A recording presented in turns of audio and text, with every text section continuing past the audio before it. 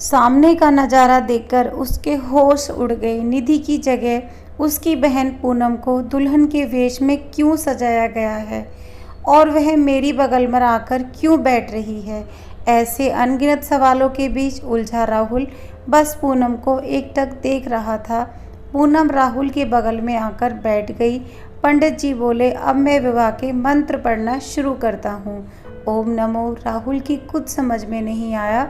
मन कर रहा था वह शादी छोड़कर खड़ा हो जाए। पूनम मेरी बगल में बैठी है तो निधि कहाँ है? सामने खड़ी राहुल की माँ कीर्ति राहुल के मनोभावों को समझ चुकी थी। उन्होंने राहुल को इशारों में बैठे रहने का संदेश दिया। पंडित जी के मंत्रोच्चारण खत्म हो चुके थे और उन्होंने राहुल और पूनम को खड़े होने को कहा। 7 फेरों के समय होने वाली शादी के अनमोल वचन पढ़े। राहुल को ना चाहते हुए पूनम की मांग भरनी पड़ी। मंगलसूत्र भी पहनाना पड़ा। राहुल अपने माता पिता की इज्जत का ख्याल कर कुछ बोल नहीं रहा था, मगर रह रहकर उसे निधि की याद सता रही थी। आखिर 1 साल तक सगाई रही थी राहुल और निधि की, जिसमें अनगिनत सपने संजोए थे। दोनों ने मिलकर फिर आज शादी के समय निधि की जगह उसकी बहन को यूं दुल्हन के वेश में देखकर राहुल का दिमाग काम करना बंद कर चुका था। वह शादी में उपस्थित था, बस उसका दिल दिमाग निधि को याद कर रहा था। शादी के ऐसे गर्मजोश के माहौल में कोई बखेड़ा खड़ा ना हो जाए, बस इस वजह से चुप्पी धारे किए हुए था। शादी का कार्यक्रम जैसे खत्म ही हुआ। गले में से वर्णमाला निकालकर राहुल अपनी माँ कीर्ति को अंदर कमरे में ले जाकर बोला, माँ क्या है यह सब? निधि कहाँ है? मेरी शादी पूनम से क्यों करवाई गई? राहुल अपनी माँ कीर्ति जी से गुस्से में पूछा, क्यों यह सब? कीर्ति जी बोली, बेटा तुम तो जानते हो निधि दिखने में कितनी सुंदर थी।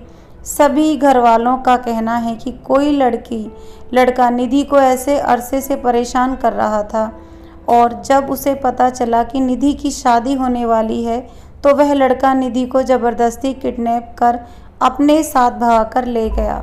राहुल बोला, माँ निधि मेरे साथ 1 साल से टच में थी। उसने मुझे कभी कोई ऐसी बात नहीं बताई कि कोई लड़का उसके पीछे पड़ा है, और अगर वह मुझे बताती तो मैं ज़रूर इस बात का कोई हल निकालता। माँ हम यूँ हाथ पर हाथ धरे क्यों बैठे हैं? हमें जल्द ही पुलिस में कंप्लेंट करनी चाहिए। कीर्ति जी बोली, राहुल रुको, अब तुम्हारी शादी पूनम से हो चुकी है और अब तुम्हारी अर्धांगिनी है। निधि के घर वालों का कहना है वे घर की इज्जत पर कोई आंच नहीं आने देना चाहते, इसीलिए इस बात को आग की तरह फैलाने नहीं देना चाहते। इसलिए तुम्हारी शादी पूनम से करवा दी और सारे मेहमानों से यह कह दिया कि निधि आगे पढ़ाई करना चाहती थी। वह अभी शादी करना नहीं चाहती, इसीलिए निधि आगे की पढ़ाई करने के सिलसिले में शहर से बाहर गई हुई है।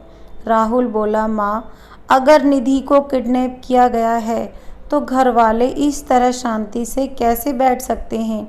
पुलिस कंप्लेंट करने से क्यों डर रहे हैं? यदि इन्हें घर की इज्जत की इतनी ही परवाह है तो अपने घर की इज्जत किसी और के साथ नीलाम होने कैसे दे सकते हैं? कीर्ति जी बोली, राहुल तुम अब बात का बतंगड़ मत बनाओ। मैं तो इतना जानती हूँ कि हमें यहाँ से खाली हाथ नहीं जाना पड़ रहा, वरना सोचो आज हम निधि के बगैर यूं ही खाली हाथ बारात लेकर वापस लौटे रहे होते। समाज में इतनी बड़ी बदनामी के बाद कौन शादी करता तुमसे?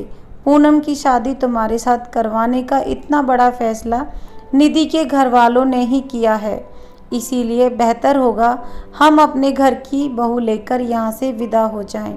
बाकी अब निधि जानबूझकर भागी है या उसे कोई लड़का सचमुच किडनैप कर ले गया है, यह जानने में मुझे कोई दिलचस्पी नहीं। राहुल बोला, माँ आप यह सब भूल सकती हैं, मगर मेरे लिए निधि को भूलना मुश्किल है। शादी में कोई बखेड़ा ना खड़ा हो, इसीलिए मैं उस समय शादी में बैठे रहा, मगर मेरी आत्मा जानती है कि मैं निधि से कितना प्यार करता हूँ। शायद अब तुमको यह प्यार ना दिखाई दे। कीर्ति जी बोली, राहुल, अभी हमारी भलाई इसी में है, हम पूनम को लेकर अपने घर के लिए रवाना हो जाएं। मैं भी भरी महफिल में कोई बखेड़ा नहीं खड़ा करना चाहती। कीर्ति जी कमरे से बाहर आकर निधि की माँ से बोली, समधन जी, बहू की विदाई की तैयारी कीजिए, तब तक मैं भी सारे मेहमानों से चलने के लिए कह देती हूँ। निधि की माँ मोनिका जी बोली, जी समधन जी, सारी तैयारियां हो चुकी हैं, बस मैं पूनम को लेकर आती हूँ। राहुल और पूनम ने सभी बड़ों के पांव छुए। पूनम रोते रोते मायके से विदा हो गई। राहुल पूनम के साथ होकर पूनम के साथ नहीं था। उसे निधि की बहुत याद आ रही थी। राहुल और पूनम रास्ते में एक दूसरे से कुछ बात नहीं कर रहे थे। राहुल निधि की यादों में खो जाता है।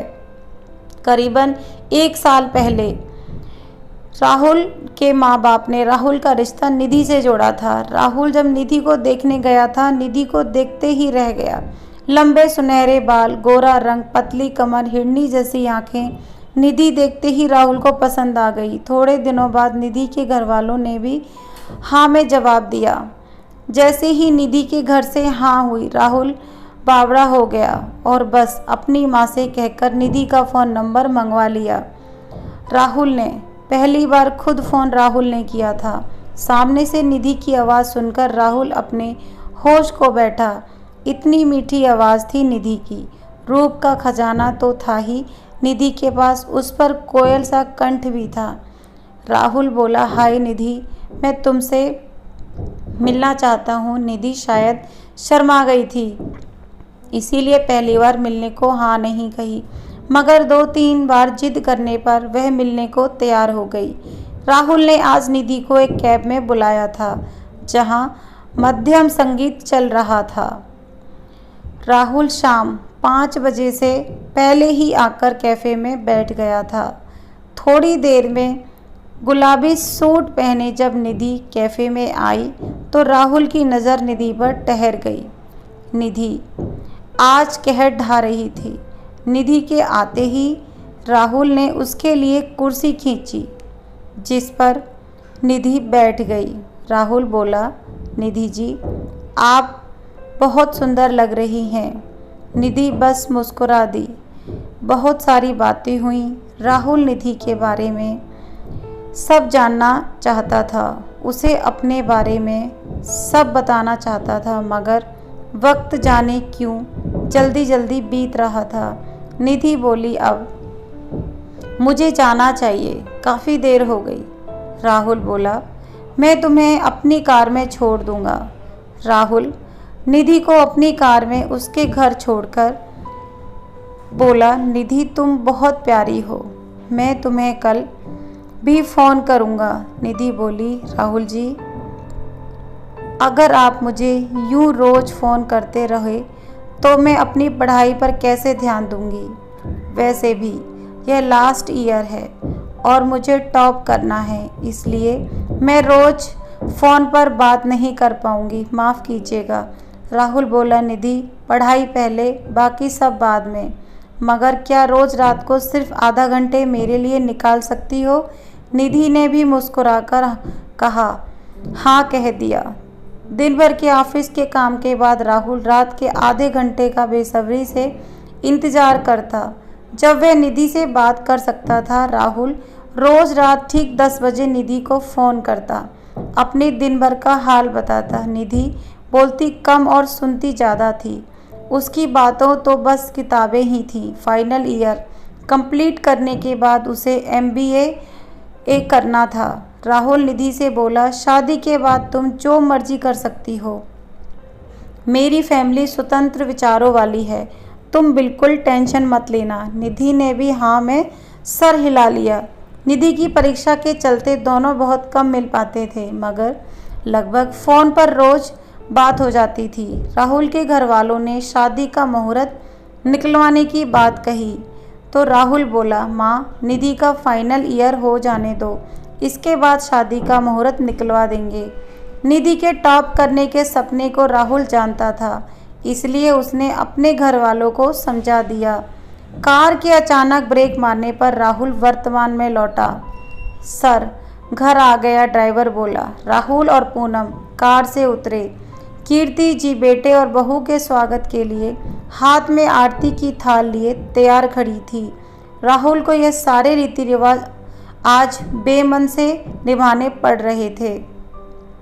जिस शादी के लिए राहुल ने 1 साल इंतजार किया था, वह शादी आज राहुल को बोझ महसूस हो रही थी।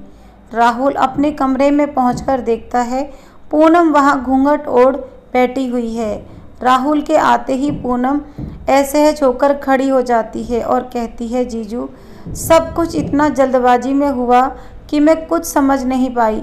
मेरे माँ बाप की इज्जत का सवाल था, इसलिए शादी में निधि की जगह मुझे बैठा दिया गया। राहुल बोला, पूनम, मुझे सिर्फ यह बताओ, निधि कहाँ है? अगर उसे कोई लड़का ज़बरदस्ती लेकर गया है तो तुम्हारे घर वाले हाथ पर हाथ धरे क्यों बैठे हैं? पूनम बोली, जीजू, निधि एक लड़के से 4 साल से प्यार करती थी। उसकी आपसे सगाई घर वालों ने ज़बरदस्ती करवाई थी। वह आकाश से प्यार करती थी और आखिर शादी वाले दिन उसी के साथ भाग गई। बदनामी के डर से घर वालों ने मुझे इस शादी के लिए राजी किया। राहुल यह सब सुन आश्चर्यचकित रह गया, मानो उसे प्रतीत हो रहा था जैसे उसके साथ इतना बड़ा धोखा हुआ हो। पहले तो निधि के घर वालों ने उसे जबरदस्ती इस रिश्ते में बांधा, फिर निधि ने उसके प्यार के साथ छल किया। अब उसी के घर वालों ने निधि के बदले पूनम को मेरी अर्धांगिनी बना दिया, क्योंकि उसकी इज्जत का सवाल था। राहुल अपने आप को ठगा महसूस कर रहा था। एक गहरी सांस भरकर राहुल बोला, पूनम, तुम तो किसी से प्यार नहीं करती? नहीं, वरना अभी वक्त है, बता दो। पूनम बोली, जीजू, मैं जिससे प्यार करती थी वह मुझे सालों पहले अकेला छोड़कर चला गया। प्यार पर से विश्वास उठ गया है मेरा, इसलिए अब किसी से वापस प्यार करने के लिए बहुत हिम्मत जुटानी पड़ेगी। राहुल बोला, पूनम, मैं तुम्हारी बहन निधि से बहुत प्यार करता था, मगर आज उसकी असलियत जानकर मुझे बहुत यह प्रतीत हो रहा है कि काश निधि ने मुझे एक बार बताया होता, मैं सामने से सगाई तोड़ देता। मगर यूँ शादी वाले दिन भागकर उसने अपने आप को मेरी नज़रों से गिरा दिया। पूनम, शायद मुझे तुम्हें अपनाने में वक्त लगे, मगर मैं पूरी कोशिश करूँगा और मैं तुम्हें भी वक्त देना चाहता हूँ, क्योंकि मैं जानता हूँ तुमने ये शादी दबाव में आकर की है। पूनम बोली, जी, मैं आपकी और आप मेरे इस पवित्र बंधन को दिल से निभाऊंगी।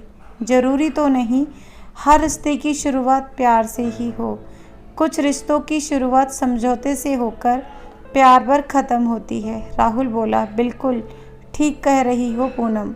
राहुल वहीं वापस पड़े सोफे पर सो जाता है। पूनम बेड पर लेट जाती है। दूसरे दिन पूनम सुबह जल्दी उठकर तैयार हो जाती है।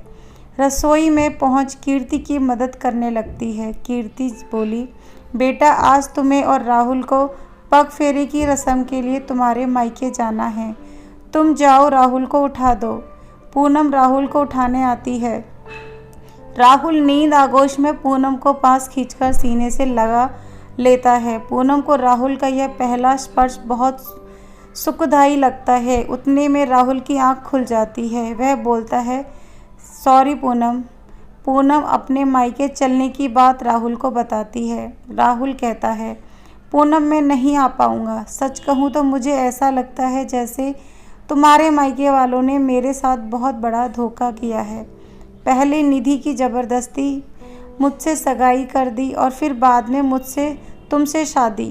पूनम बोली, राहुल, मेरे मायके वाले नहीं जानते थे कि निधि ऐसा कदम उठाएगी। उन्हें लगा था एक बार निधि की सगाई अच्छे लड़के से हो जाए तो निधि अपने प्यार को भूल जाएगी, और यही बात मेरी तुमसे शादी तो बाकायदा इस शादी की इजाज़त तुम्हारी माँ से ली गई थी, मगर उन्होंने तुम्हें बताने मना किया था। वे जानती थी तुम मंडप से उठ जाओगे, शायद हम दोनों की किस्मत जुड़ने लिखी थी राहुल, इसलिए मौके पर ऐसा सब हुआ।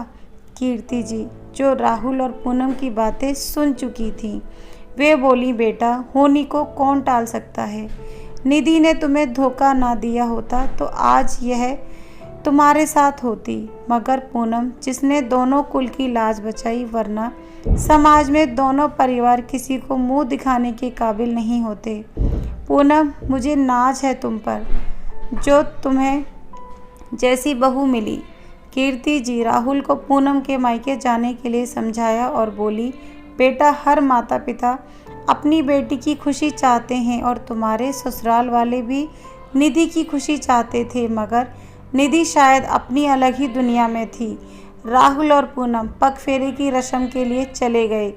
वहाँ सभी ने दोनों का बहुत स्वागत किया। पूनम के माता पिता ने अपनी जवाई राहुल से निधि के किए पर माफ़ी मांगी, मगर राहुल ने उन्हें रोक लिया और बोला, मैं जानता हूँ इसमें आप लोगों की कोई गलती नहीं। वहाँ से लौटते समय राहुल यही सोचता रहा, सच ही तो कह रही थी माँ, अगर पूनम शादी के लिए तैयार न होती तो दोनों कुल की इज्जत मिट्टी में मिल जाती। राहुल ने पूनम को बड़े प्यार से देखा, मानो कह रहा हो, थैंक यू पूनम। आज रात राहुल और पूनम की हसीन रात थी, जहां राहुल पूनम को अपने आगोश में लिए हुए था और पूनम भी अपने आप को राहुल को समर्पित कर चुकी थी। वीडियो अच्छी लगी हो तो लाइक शेयर कीजिए।